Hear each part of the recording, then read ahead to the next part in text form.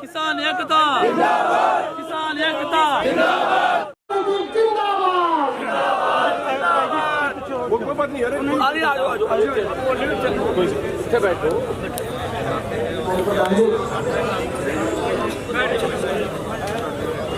किसान साथियों, साडे विच कर्नाटका तो, तमिलनाडु तो, केरला तो, पंजाब तो, राजस्थान तो सारे किसान आगू साहबान पहुंचे ने ते सारे साथियों को अपील है जो शाम की इधर दरख्तों के नीचे खड़े ने और इधर बने आ जाओ। इथों अगली गली विषय उठा के उधर दूसरी साइड से कर लो। आप धुप सहन करने वाले लोग हैं, किसान लोग हैं, आप शांति का इलाज करो। और साथियों को बेनती है भी 1 बज चुके हैं, हम 1 घंटे वास्ते लंगर भी बंद कर दो। कोई बात नहीं, इधर जगह पड़ी है, इधर बैठ जाओ। सारे साथी इस पार्क से निकल के पंजवाना, दीपू जी सभी को लेकर आगे आ जाओ।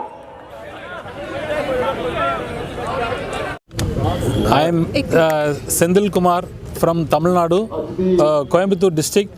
I come from by the invitation from Mr. Abhimanyu of Sonipat and along with Mr. Shantakumarji from Karnataka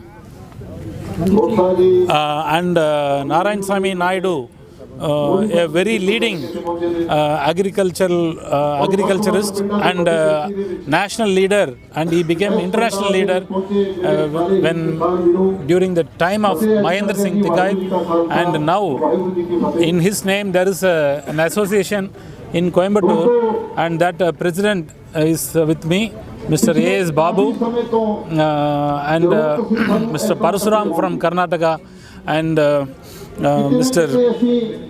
Nanjunda Sami from Karnataka, Mysore. We are here to support the farmers who have not received the insurance from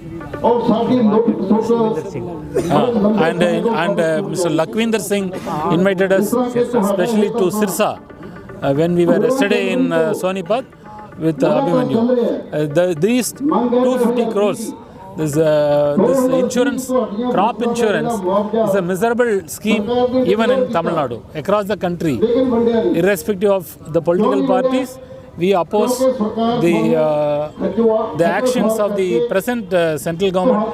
The union government is not paying attention to the farmers in many ways, and the first and foremost is to insure the crop, and on the spot without any percentage, above 50%. They say above 50%. What will happen if it is 49 or 48? That farmer will lose miserably. It is very reasonable what the farmers are asking. So the central government should do it. The state chief minister, Mr. Khattarji, should also recommend, because in 2024 the whole India is going to face the parliament election. So based on that, the farmers who are mostly non-political and also political, they should not be deprived of this scheme. Karnataka से परशुराम मेत्तनगुड़ को आया, शांत कुमार के साथ शैलेंद्र कुमार साथ को आया। ये मुख्य का कार्यक्रम यहाँ का हरियाणा का, ये सिरसा का रैतों का मांगनी है। कॉटन का रेट नहीं भी क्या, ये प्राइस का इंक्रीज नहीं है। ये हमारा सब भी नेता हुआ ये पूरी रेट को देने के लिए हमें कर्नाटक से सब भी संपूर्ण बेंबल इसे देने का चाहते हैं।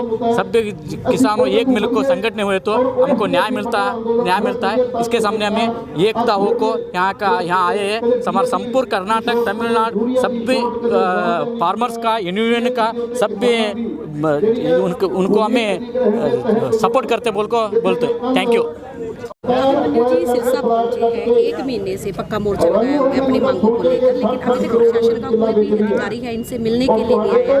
और आज पूरी स्टेट पहुंची है, तमिलनाडु से भी पहुंचे हैं, कर्नाटका से भी पहुंचे हैं, क्या कहना चाहते हैं? देखिए, बड़े दुख की बात है, जिस लोकतंत्र को बनाने के लिए हमारे शहीदों ने अंग्रेजों के खिलाफ लड़ते हुए अपनी कुर्बानी दी थी, चाहे उसमें शहीद आजम भगत सिंह हो, महात्मा गांधी जी हो, नेताजी सुभाष चंद्र बोस हो, आज ऊपर बैठे उनकी आत्मा रो रही होगी कि हम जिस लोकतंत्र को बनाने के लिए अपनी कुर्बानी दे के गए थे, आज वो लोकतंत्र हमारे भारत में चल नहीं रहा है। यहाँ पे सिर्फ कॉरपोरेट की मौज है और किसानों को परेशान किया जा रहा है। अब देखिए कि पिछले 10 से 12 दिनों में गौतम अडानी की कंपनी के जो शेयर हैं वो 7 से 8 लाख करोड़ रुपए से भी नीचे गिर चुके हैं। वो उसका पैसा नहीं है, वो आम जनता का लोग पैसा है जो स्टॉक एक्सचेंज में लगाया हुआ था, जो LIC में जमा कराया हुआ था बीमा के तौर पे, जो SBI में जिन्होंने किसानों ने, आम लोगों ने, व्यापारियों ने जो अपना पैसा जमा किया हुआ था, वो 7-8 लाख करोड़ रुपया डूब चुका है।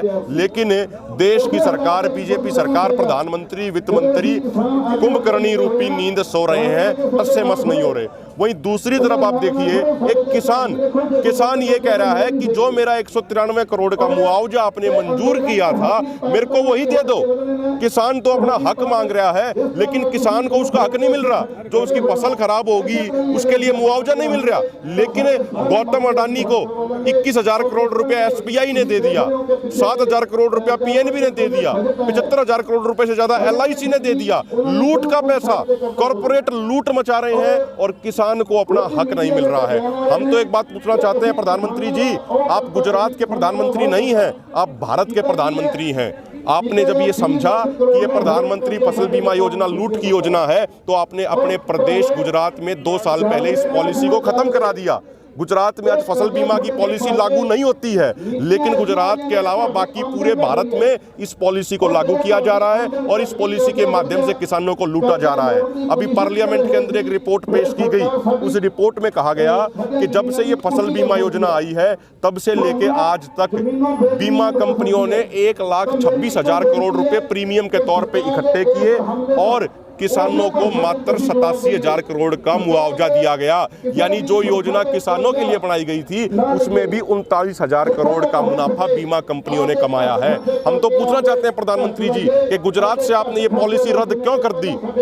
आप पूरे देश के प्रधानमंत्री हैं, आप सिर्फ गुजरात के नहीं हैं, आप पहले भारतीय हैं, उसके बाद आप गुजराती हैं। आप देश के प्रधानमंत्री होने का धर्म निभाइए, पूरे देश के किसानों को इस फसल बीमा योजना की लूट से बाहर निकालिए, नहीं तो फिर आपके ऊपर बहुत सारे सवाल खड़े हो जाते हैं।